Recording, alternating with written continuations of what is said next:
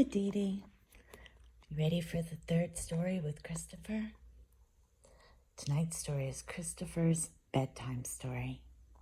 Are you ready, Christopher? I'm ready for you to read me my story. All right, let's get started. Christopher's bedtime story.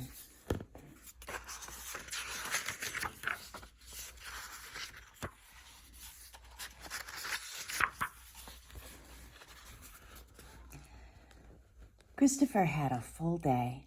He brushed his teeth, he put on his pajamas, and now it was time for a bedtime story. Christopher got in bed and listened closely as Dad read Dinosaurs in Space. When they were done, Dad closed the book and said, "Now it's time to say goodnight." Just one more story.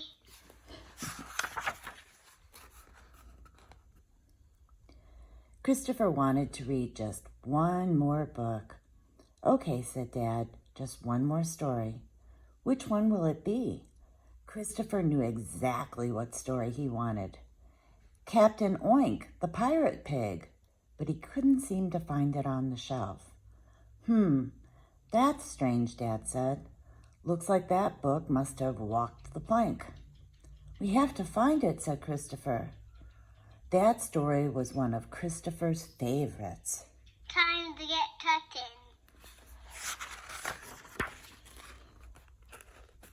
Christopher had no idea where the book could be. "Where should I look?" he asked Dad. Let's think. "Remember when Captain Oink was looking for his lost treasure?" Dad asked. "What was the first thing he did?" The first thing. Christopher thought long and hard. I think I know.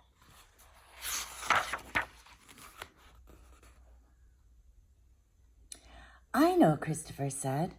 He did what any good pirate would do. He drew a map. So Christopher sketched a map of every room in the whole house, plus the backyard. After studying the map, Christopher decided the book could be buried like treasure on a sandy beach. He knew just where to look. It has to be there.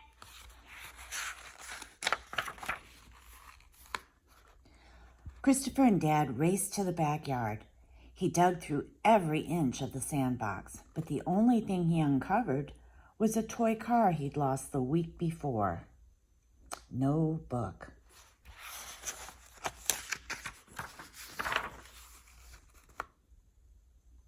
Christopher frowned. "It wasn't where I thought it would be. What do I do now?" Dad reminded him. "You know when Captain Oink tried to think of the safest place his treasure could be?" Christopher thought long and hard. I wonder.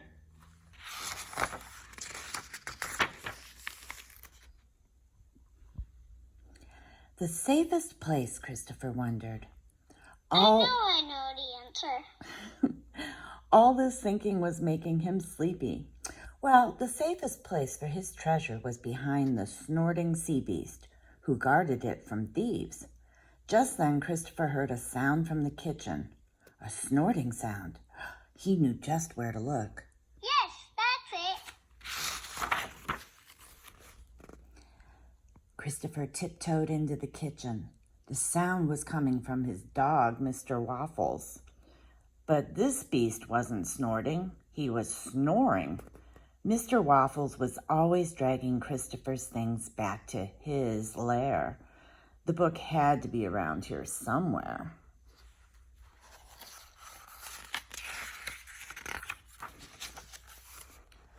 Christopher looked around, on top, even under the big snoring dog. Mr. Waffles definitely did not have his book. Christopher wondered if he snored when he was asleep. "So much for guarding my treasure," he thought. Watching Mr. Waffles sleep, Christopher was getting pretty tired. I think I'm getting sleepy.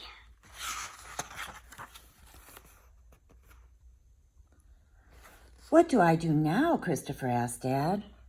"I've looked in all the places I thought it could be." And he rubbed his eyes. I'm running out of time." Dad thought for a minute. "Maybe you need to look at things from a new angle. You know, like when Captain Oink needed to see the whole island instead of just a piece of it." Christopher thought long and hard. I know the answer.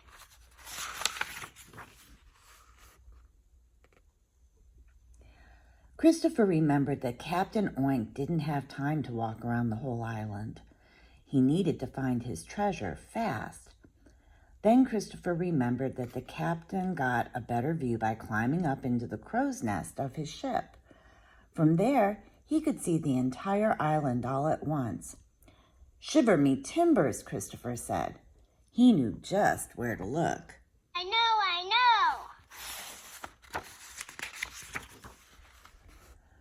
Christopher went back to his room and climbed right up the ladder of his bunk bed. And there it was, right where Christopher had left it the night before. He felt proud of his treasure hunting success. But also Christopher was feeling really Time to sleepy. get to sleep.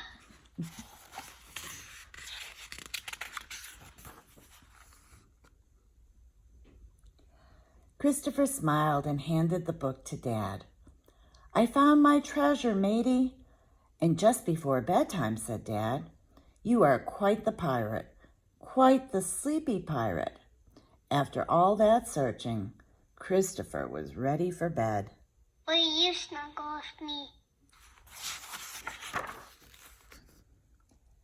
As happy as Christopher had been to find his favorite book, he was even happier to have Dad read it to him. When they were finished, Dad gave Christopher a goodnight kiss. He closed the book and put it back on the shelf where it belonged. Then he turned off the light. Sweet dreams, Christopher.